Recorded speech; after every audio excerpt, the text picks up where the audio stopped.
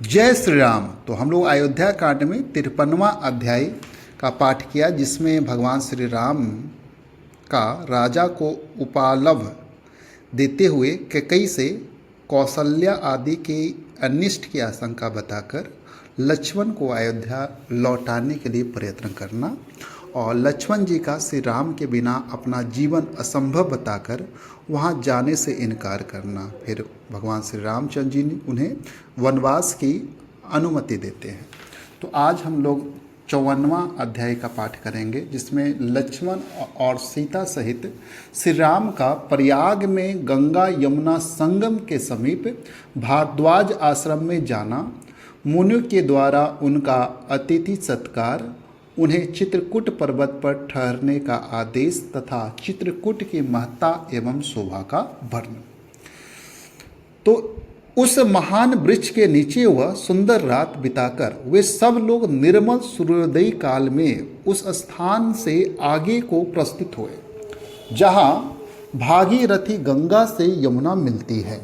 उस स्थान पर जाने के लिए वे महान वन के भीतर से होकर यात्रा करने लगे।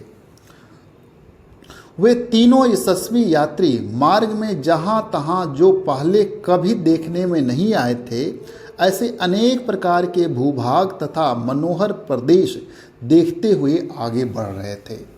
सुखपूर्वक आराम से उठते बैठते यात्रा करते हुए उन तीनों ने फूलों से सुशोभित भांति भांति के वृक्षों का दर्शन किया।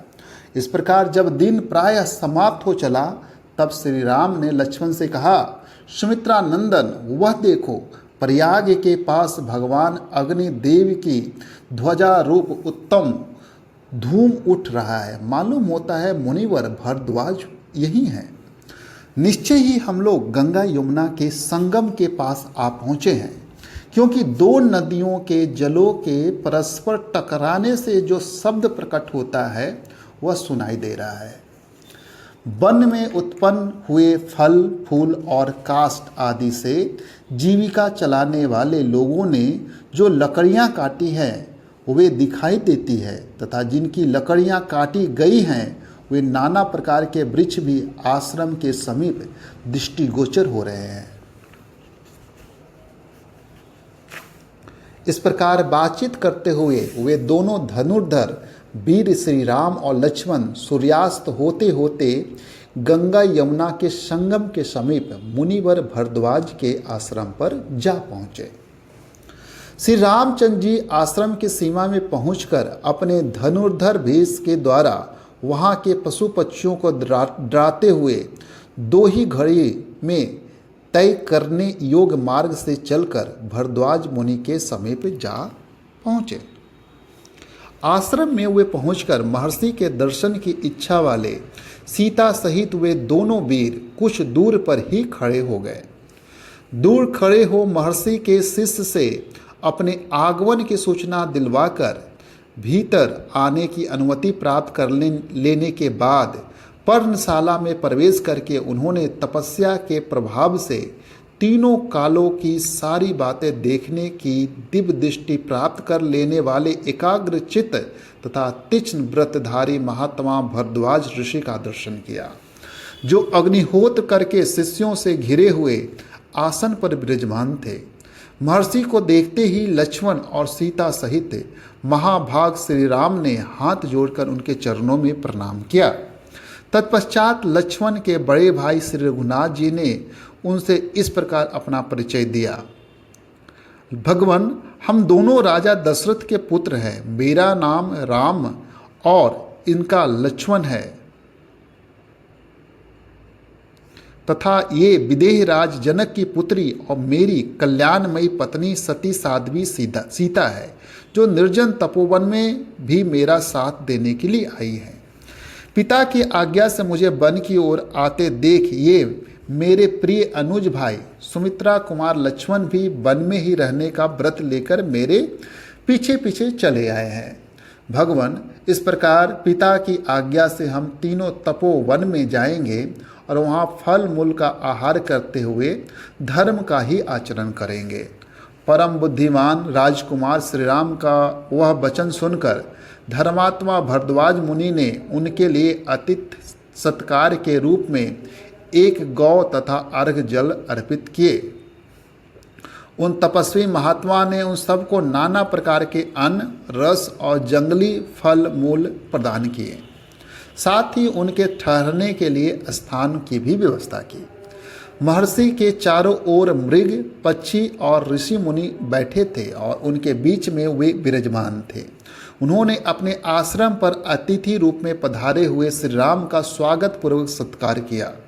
उनके उस सत्कार को ग्रहण करके श्री रामचंद्र जी जब आसन पर विराजमान हुए तब भरद्वाज जी ने उनसे यह धर्मयुक्त वचन कहा।